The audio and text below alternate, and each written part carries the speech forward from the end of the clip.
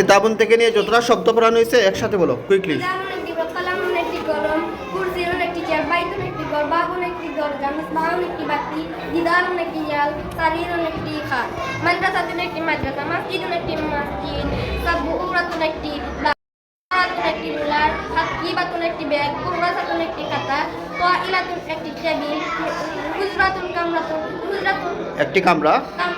নাফিজাতুন একটি জানালা, কুফলুন একটি তালা, মিফতাহুন একটি চাবি, সুন্দকুন সুন্দুকুন একটি বাক্স, সাআতুন একটি ঘড়ি, মিজাল্লাতুন একটি ছাতা, নাজরাতুন একটি চশমা, সাইয়ারাতুন একটি কার।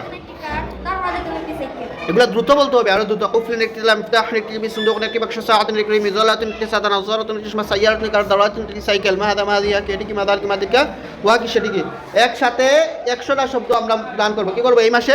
100টা শব্দ মুখস্থ টুটস্থ কণ্ঠস্থ করতে হবে, বুঝছো?